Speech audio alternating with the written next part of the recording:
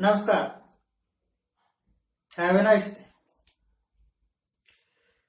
We, the people of India, have immense capacity to do useless things. We have immense capacity to make useless and rootless and baseless statements. It is our hobby. It is our hobby. हम हिंदुस्तान के लोग हैं ना, जो फजूल काम करने में बड़े माहिर हैं। कुछ भी ऊट पटांग अंट शंट बोल दो, कोई रोकने टोकने वाला नहीं है। बिना किसी आधार के कुछ भी कह दो। एक तो ये बात है, और दूसरी बात, हमारे पास एक बहुत बड़ी टीम है। मैंने कोई स्टेटमेंट अंट शंट बोली, फिर उसको सपोर्ट करने के लिए हजारों लोग ट्वीट करना शुरू कर दें, उसको विरोध करने के लिए लाखों लोग ट्वीट करना शुरू करते हैं। कोई फिल्म एक्ट्रेस है भाई, मेरे वास्ते वो मामूली एक्ट्रेस है। ये कोई प्रधानमंत्री नहीं है। जवाहरलाल नेहरू, जिसको 70 साल बाद भी याद किया जा रहा है, ये कोई प्रधानमंत्री नहीं है। इंदिरा गांधी, जिसको 50 साल बाद भी याद किया जा रहा है, मामूली एक्ट्रेस फिल्मों में काम करना, यानी कठपुतली। जैसा डायरेक्टर कहेगा ऐसे बोलो, ऐसा मुंह बनाओ, इतने कपड़े पहनो, इतने कदम चलो, वैसा ही उसको करना पड़ेगा। इसी बात के उसको पैसे मिलते। तो इन एक्टरों के ज्यादा भक्त होते हैं। किसी यूनिवर्सिटी के प्रोफेसर के भक्त नहीं होंगे, किसी कॉलेज के प्रिंसिपल के उतने स्टूडेंट्स नहीं होंगे भक्त उसके, जितने किसी फिल्म एक्ट्रेस के, क्योंकि उसके पास दिखाने के लिए अपने जलवे। एक लीडर के जितने भक्त होते हैं, एक साधु संत के उतने भक्त नहीं होते, एक प्रोफेसर के उतने भक्त नहीं होते। एक लीडर जो है ना, वो आपको गप्पे बेचता है, साधु संत सच्चाई बेचता है, प्रोफेसर ट्रुथ बेचता है, और टीचर आपको लीड करता है, रास्ता दिखाता है, गुरु आपको रास्ता दिखाता है। तो किसी एक्ट्रेस ने कह दिया कि जो हिंदुस्तान है ना, उसको आजादी तो 2014 में मिली थी,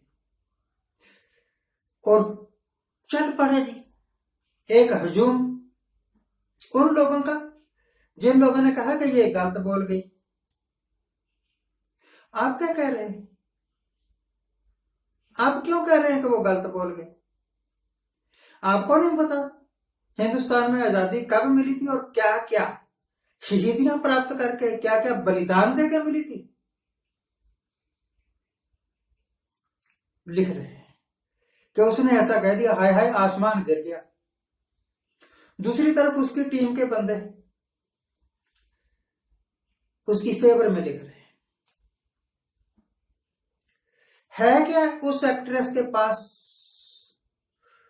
उसने या उसके परिवार ने या उसके होस्तों सोतों ने, उसके रिश्तेदारों ने कितनी कुर्बानियां दी हैं हिंदुस्तान की आजादी के वास्ते, या इस वक्त हिंदुस्तान में जो सोशल सर्विस चाहिए उसके वास्ते?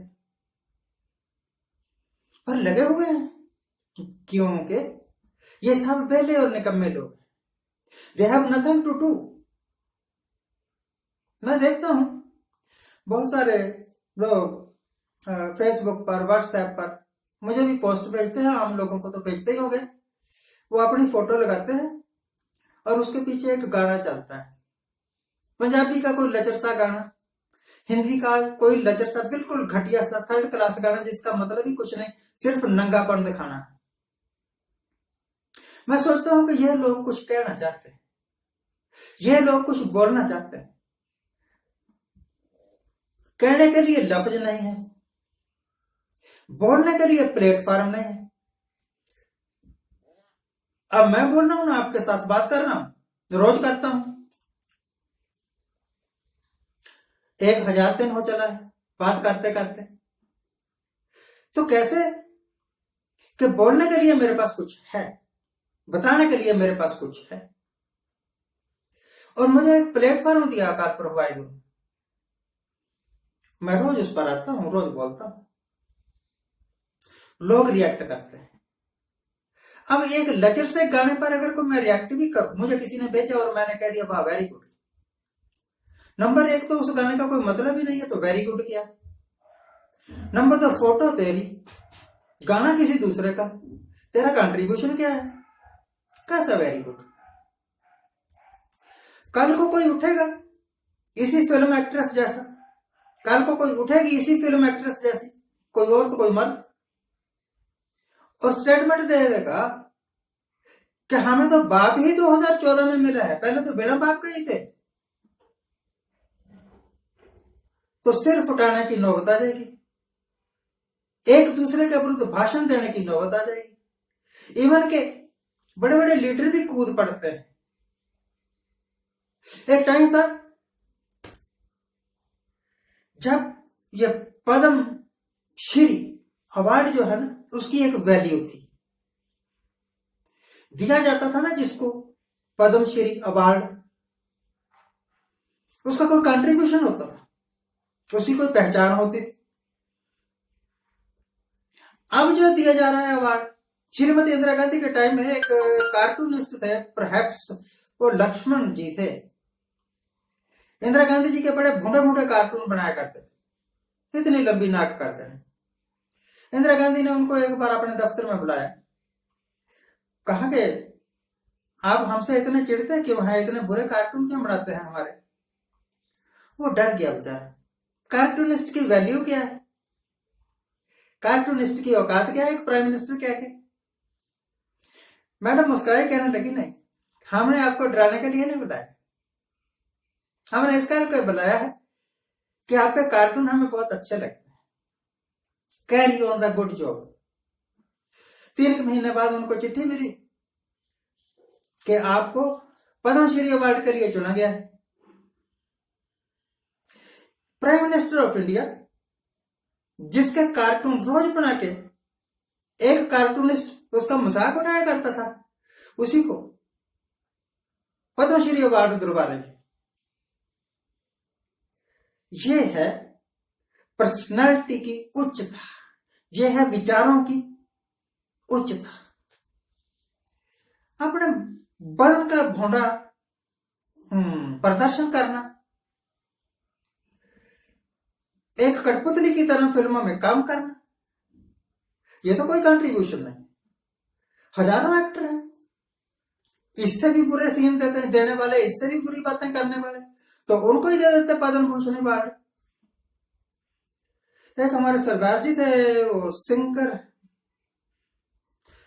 कीर्तन करने वाले थे गुरुद्वारों में, उनको पद्मश्री अवार्ड मिला, अच्छा लगा। अच्छे काम करने वाले को अगर कुछ मिलता है तो अच्छा लगता है, आई एम प्लीज। एक कंजर को अगर दे दो, एक उग्रवादी को अगर दे दो, उन लोगों को मंत्री तक बना दो जो इन्वॉल्व हैं किसी न किसी क्राइम में, तो ये रिवार्ड नहीं है, ये हिंदुस्तान की आजादी का मजाक है, ये हिंदुस्तान की द्वारा की गई कुर्बानियों का मजाक है। मैं उम्मीद करता हूं कि आप में से बहुत सारे लोग मेरी बातों से सहमत नहीं होंगे, परंतु याद रखिए, सच कभी पुराना नहीं होता और झूठ कभी टिकता नहीं। आज के लिए इतना ही। आज जिनका जन्मदिन है उनको हैप्पी बर्थडे, आज जिनकी मैरिज एनिवर्सरी है उनको बहुत बहुत शुभकामनाएं। सरस्वती रहिए, आनंद परेशान रहिए, क्रिएटिव काम करिए, अच्छे काम करिए।